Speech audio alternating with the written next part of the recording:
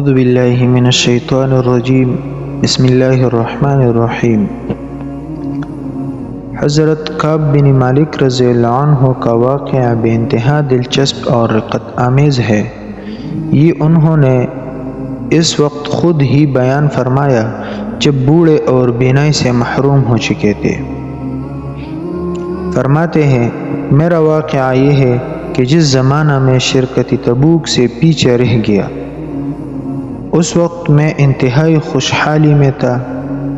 اس سے پہلے 2 سواریاں میرے پاس کبھی جمع نہیں ہوئی تھی، اور اس جنگ میں تو 2 سواریاں بھی میں نے خرید رکھی تھی۔ رسول اللہ صلی اللہ علیہ وسلم جب کسی جنگ کا ارادہ فرماتے تو عام طور پر اس خبر کو پھیلنے نہ دیتے۔ جب یہ جنگ ہوئی تو بڑی سخت گرمی کا زمانہ تھا، دور دراز اور جنگلوں کا سفر درپیش تھا، اور کثیر التعداد دشمن سے سامنا تھا۔ نبی صلی اللہ علیہ وسلم نے اپنے امور میں مسلمانوں کو آزاد رکھا تھا کہ جس طرح چاہے دشمن کے مقابلے کی تیاری کر لیں، اور اپنا ارادہ مسلمانوں پر ظاہر فرما دیا تھا۔ اور مسلمان آن حضرت صلی اللہ علیہ وسلم کے ساتھ اس کثیر تعداد میں تھے کہ ان کا اندراج رجسٹر پر نہ ہو سکتا تھا۔ کعب رضی اللہ عنہ کہتے ہیں کہ بہت کم ایسے لوگ ہوں گے کہ جن کے غیر حاضری کا حضرت کو علم ہو سکتا تھا، بلکہ گمان تھا کہ کثرت لشکر کی وجہ سے غائب رہنے والے کیا حضرت کو علم بھی نہ ہو سکے گا، جب تک اللہ تعالیٰ کی طرف سے بذریعہ وحی علم نہ ہو جائے۔ یہ لڑائی جس وقت ہوئی وہ زمانہ پلوں کے پکنے کا تھا، سایہ گستری بار آوری اور خنکی کا موسم تھا۔ ایسے زمانہ میں میری طبیعت آرام طلبی اور راحت گیری کی طرف بہت مائل ہو گئی۔ رسول اللہ صلی اللہ علیہ وسلم نے اور مسلمانوں نے تیاریاں شروع کر دی۔ میں صبح اٹھ کر جہاد کی تیاری کے لیے نکلتا، لیکن خالی واپس ہوتا۔ تیاری اور اسباب سفر کے خریداری وغیرہ کچھ نہ کرتا۔ دل بہلا لیتا کہ جب میں چاہوں گا دم بھر میں تیاری کر لوں گا۔ دن گزرتے چلے گئے، لوگوں نے تیاریاں مکمل کر لیے، حتیٰ کہ حضور نبی کریم صلی اللہ علیہ وسلم اور ان کے ساتھ مسلمان جہاد کے لیے روانہ ہو گئے۔ میں نے دل میں کہا کہ 1-2 دن بعد میں بھی مل جاؤں گا۔ اس عرصہ میں مسلمانوں کا لشکر بہت دور جا چکا تھا۔ میں تیاری کے لیے باہر نکلا، لیکن پھر بغیر تیاری کے واپس آ گیا، حتیٰ کہ ہر روز یہی ہوتا رہا۔ دن نکل گئے، لشکر تبوک پہنچ گیا۔ کاش اب بھی کوچ کر جاتا، لیکن آخر کار یہ بھی نہ ہو سکا۔ اب حضرت کے تشریف لے جانے کے بعد جب کبھی میں بازار میں نکلتا تو مجھے یہ دیکھ کر بڑا دکھ ہوتا کہ جو مسلمان نظر آتا اس پر یا تو نفاق کے پٹکار نظر آتی، یا اسے مسلمان دکھائی دیتے ہیں جو واقعی خدا کی طرف معذور لنگڑے تھے۔ جب حضرت تبوک پہنچ چکے تو مجھے یاد فرمایا اور پوچھا، کعب بن مالک رضی اللہ عنہ کیا کر رہا ہے؟ تو بنی سلم کے ایک شخص نے عرض کیا، یا رسول اللہ صلی اللہ علیہ وسلم، اس کو خوش عیشی اور آرام طلبی نے مدینے ہی میں روک لیا ہے۔ تو معاذ بن جبل رضی اللہ عنہ نے کہا، تم نے غلط خیال قائم کیا ہے، یا رسول اللہ، اس میں تو بلائی اور نیکی کے سوا کچھ نہیں۔ رسول اللہ صلی اللہ علیہ وسلم یہ سن کر خاموش رہے، اور جب رسول اللہ صلی اللہ علیہ وسلم تبوک سے واپس تشریف لانے لگے تو میں سخت پریشان تھا کہ اب کیا کروں۔ میں غلط حیلے سوچنے لگا تھا کہ آپ صلی اللہ علیہ وسلم کے عتاب سے محفوظ رہ سکوں۔ چنانچہ ہر ایک سے رائے لینے لگا، اور جب معلوم ہوا کہ حضرت مصطفیٰ صلی اللہ علیہ وسلم تشریف لا چکے ہیں تو اب غلط سوچ و بچار سے دستبردار ہو گیا۔ اب میں نے اچھی طرح معلوم کر لیا کہ میں کسی طرح بھی نہیں بچ سکتا۔ چنانچہ میں نے سچ سچ کہنے کا ارادہ کر لیا۔ نبی صلی اللہ علیہ وسلم جب سفر سے واپس آئے تو سب سے پہلے مسجد گئے، 2 رکعت نماز پڑھی، پھر لوگوں کے ساتھ مجلس کی۔ اب جنگ میں شریک نہ ہونے والے آ کر عذر و معذرت کرنے لگے اور قسمیں کھانے لگے۔ ایسے لوگوں کی تعداد 80 سے کچھ اوپر تھی۔ نبی صلی اللہ علیہ وسلم بحکم ظاہر ان کی بات قبول کیے جا رہے تھے اور ان کی کوتاہیوں کے لیے طلب مغفرت کر رہے تھے۔ میری باری آئی، میں نے آ کر سلام عرض کیا۔ آپ صلی اللہ علیہ وسلم نے فرمایا، یہاں آؤ، کیا تم نے تیاری جہاد کے لیے خریداری نہیں کی تھی؟ میں نے کہا، یا رسول اللہ، اگر میں اس وقت آپ صلی اللہ علیہ وسلم کے سوا کسی اور سے بات کرتا تو صاف صاف بری ہو جاتا، کیونکہ مجھے بحث و تکرار اور معذرت کرنا خوب آتا ہے، لیکن خدا کی قسم میں جانتا ہوں کہ اس وقت تو جھوٹی بات بنا کر میں آپ کو راضی کر لوں گا، لیکن بہت جلد ہی اللہ جل شانہ آپ صلی اللہ علیہ وسلم کو مجھ سے ناراض کر دے گا۔ اگر میں نے سچ سچ کہہ دیا تو حسین عاقبت کی مجھے خدا کی طرف سے امید ہو سکتی ہے۔ یا رسول اللہ صلی اللہ علیہ وسلم، خدا کی قسم میں کوئی معقول عذر نہیں رکھتا تھا، میرے پاس عدم شرکت جنگ کا در حقیقت کوئی حیلہ نہیں۔ تو آپ صلی اللہ علیہ وسلم نے فرمایا، ہاں یہ تو سچ کہتا ہے، اچھا تم اب چلے جاؤ اور انتظار کر کے اللہ تعالیٰ تمہارے بارے میں کیا حکم فرماتا ہے۔ چنانچہ میں چلا گیا۔ بنی سلمہ کے لوگ بھی میرے ساتھ اٹھے اور ساتھ ہولے اور کہنے لگے، خدا کی قسم ہم نے تمہیں پہلے کوئی خطا کرتے نہیں دیکھا ہے۔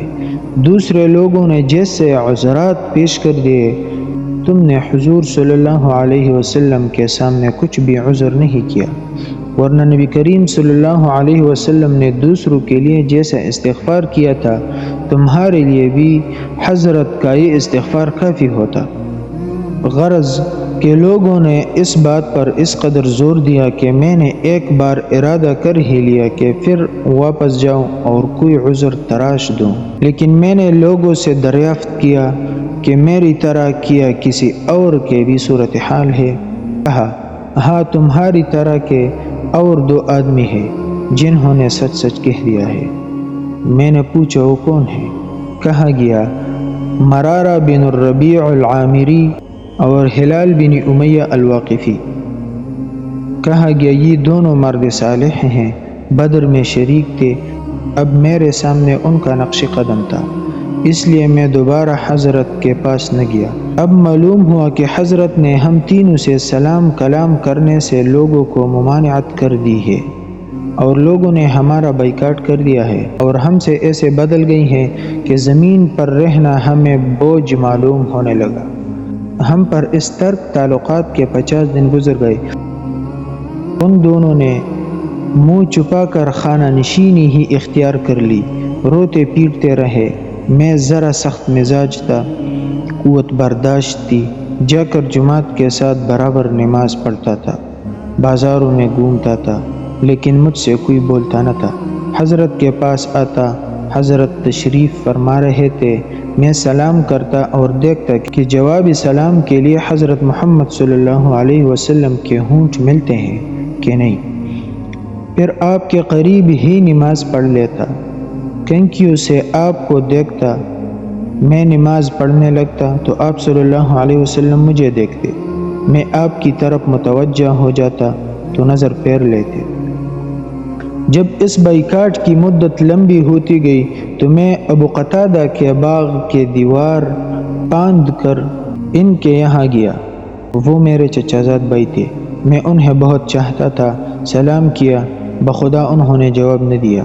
میں نے کہا، اے ابو قتادہ رضی اللہ عنہ، تمہیں خدا کی قسم کیا تم نہیں جانتے میں خدا اور رسول خدا صلی اللہ علیہ وسلم کو دوست رکھتا ہوں۔ وہ سن کر خاموش ہو گئی۔ میں نے خدا کی قسم دے کر بات کی، پھر کچھ نہ بولے۔ میں نے پھر قسم دی، کچھ بھی نہ کہا، لیکن انجان پن سے بولے، خدا اور رسول خدا صلی اللہ علیہ وسلم کو علم ہے۔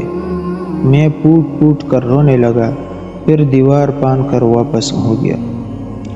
ایک دن میں بازار مدینہ میں گھوم رہا تھا کہ شام کا ایک قطبی جو مدینہ کے بازار میں کھانے پینے کے کچھ چیزیں بیچ رہا تھا، لوگوں سے کہنے لگا کہ کعب بن مالک رضی اللہ عنہ کا کوئی پتہ دے۔ لوگوں نے میری طرف اشارہ کر دیا، وہ میرے پاس آیا اور شاہ غسان کا ایک مکتوب میرے حوالے کیا۔ چونکہ پڑھا لکھا تھا پڑھا تو لکھا تھا کہ ہمیں اطلاع ملی ہے کہ تمہارے آقا نے تم پر سختی کی ہے۔ اللہ نے تمہیں کوئی معمولی آدمی تو نہیں بنایا ہے، تم کوئی گرے پڑے نہیں ہو۔ تم ہمارے پاس آ جاؤ، ہم تمہیں نوازیں گے۔ ہمارے پاس آ جاؤ، ہم تمہیں نوازیں گے۔ میں نے یہ پڑھ کر کہا، میرے اللہ، یہ تو نئی مصیبت آ پڑی۔ میں نے اس مکتوب کو آگ میں جھونک دیا، اور جب 50 میں سے 40 دن گزر گئے تو حضرت محمد صلی اللہ علیہ وسلم کا ایک قاصد میرے پاس آیا اور کہا، حضرت نے حکم دیا ہے کہ اپنی عورت سے علیحدہ رہو۔ میں نے پوچھا کہ طلاق دے دوں؟ کہا نہیں، صرف الگ رہو، قربت نہ کرنا۔ کہا کہ دوسرے دونوں کے بارے میں بھی یہی حکم ہوا ہے۔ چنانچہ میں نے اپنی عورت سے کہہ دیا کہ میں کہ چلے جاؤ حتیٰ کہ خدا کا کوئی اور حکم پہنچے۔ ہلال بن امیہ رضی اللہ عنہ کی بیوی نبی کریم صلی اللہ علیہ وسلم کے پاس آئی اور عرض کرنے لگی، یا رسول اللہ صلی اللہ علیہ وسلم، ہلال ایک شیخ ضعیف ہے، اس کی خدمت کے لیے کوئی آدمی نہیں، اگر میں ان کی خدمت میں لگی رہوں تو آپ نامنظور تو نہ کریں گے؟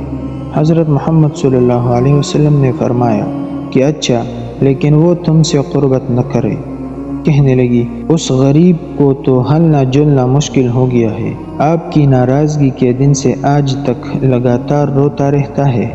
میرے گھر والوں میں سے ایک نے کہا، تم بھی رسول اللہ صلی اللہ علیہ وسلم سے اپنی بیوی سے خدمت لینے کی اجازت حاصل کر لو، جیسے ہلال کو اجازت مل گئی۔ میں نے کہا، خدا کی قسم، میں اس بات کی حضرت سے درخواست نہ کروں گا۔ نہ معلوم حضرت کیا فرمائے، میں نوجوان آدمی ہوں، مجھے کسی سے خدمت لینے کی ضرورت نہیں۔ اب ہم نے مزید 10 دن گزارے اور لوگوں کے اس قطع تعلق کو 50 دن گزر گئے۔ 50ویں دن کی صبح اپنے گھر کی چھت پر صبح کی نماز پڑھ کر میں اس حال میں بیٹھا ہوا تھا جیسے کہ اللہ تعالیٰ نے قرآن پاک میں فرمایا ہے، یعنی میری جان مجھ پر باری معلوم ہو رہی تھی۔ یہ وسیع دنیا مجھے تنگ محسوس ہو رہی تھی کہ سلع پہاڑی پر ایک پکارنے والے کی آواز میری کان میں پڑی کہ وہ بلند آواز میں چیخ رہا تھا کہ ایک کعب بن مالک رضی اللہ عنہ، خوش ہو جا۔ یہ سنتے ہی سجدے میں گر پڑا اور سمجھ گیا کہ اللہ نے میری توبہ قبول کر لی ہے۔ مصیبت کا زمانہ گزر گیا۔ صبح کی نماز پڑھنے کے بعد رسول اللہ صلی اللہ علیہ وسلم نے اطلاع سنا دی کہ اللہ تعالیٰ نے ان تینوں کی توبہ قبول کر لی ہے۔ لوگ ہمیں خوشخبری دینے کے لیے دوڑے اور دونوں کے پاس بھی گئے، اور میرے پاس بھی ایک سوار تیز گھوڑا دوڑاتا ہوا آیا، لیکن پہاڑی پر چڑھ کر آواز دینے والا زیادہ کامیاب رہا کہ جلد تر مجھے خبر مل گئی، کیونکہ گھوڑے کی رفتار سے آواز کی رفتار تیز تر ہوتی ہے۔ چنانچہ جب وہ شخص مجھے سے ملا جس کی آواز میں نے سنی تھی، تو اس خوشخبری دینے کے صلے میں اپنے کپڑے اتار کر میں نے اسے پہنا دیے۔ بخدا میرے پاس اس وقت دوسرا جوڑا نہیں تھا، میں نے اپنے لیے مستعار کپڑے لے کر پہن لیے۔ میں حضرت صلی اللہ علیہ وسلم کے پاس جانے کے ارادے سے نکلا۔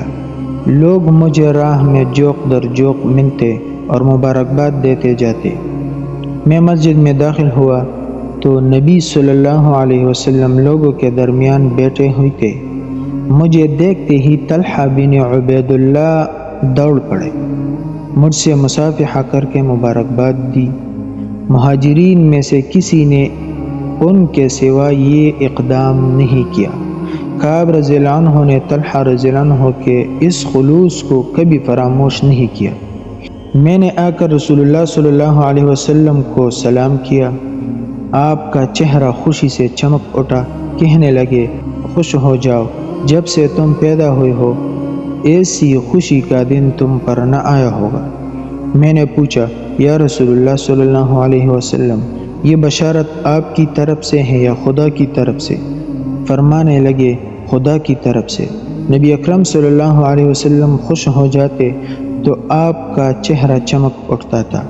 گویا چاند کا ٹکڑا ہے، اور آپ کو خوشنودی آپ کے چہرہ ہی سے ظاہر ہو جاتی۔ میں نے حضرت محمد صلی اللہ علیہ وسلم سے عرض کی، یا رسول اللہ، میرے قبولیت توبہ کی یہ برکت ہونی چاہیے کہ میں اپنا سارا مال و متاع خدا اور رسول خدا کے راہ میں لٹا دوں۔ حضرت محمد مصطفیٰ صلی اللہ علیہ وسلم نے فرمایا، ایسا نہیں، کچھ رکو اور کچھ صدقہ کرو، یہی بہتر صورت ہے۔ میں نے کہا، خیبر سے جو حصہ مجھے ملا تھا میں اپنے لیے رکھ لیتا ہوں۔ یا رسول اللہ صلی اللہ علیہ وسلم، سچائی کی برکتوں کے سبب اللہ نے مجھے نجات بخشی۔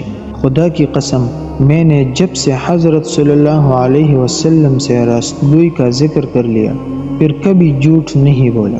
خدا سے دعا ہے کہ وہ آئندہ بھی کبھی مجھ سے جھوٹ نہ بلوائے۔ اللہ تعالی ہم کو بھی سچ بولنے کی توفیق دے، آمین۔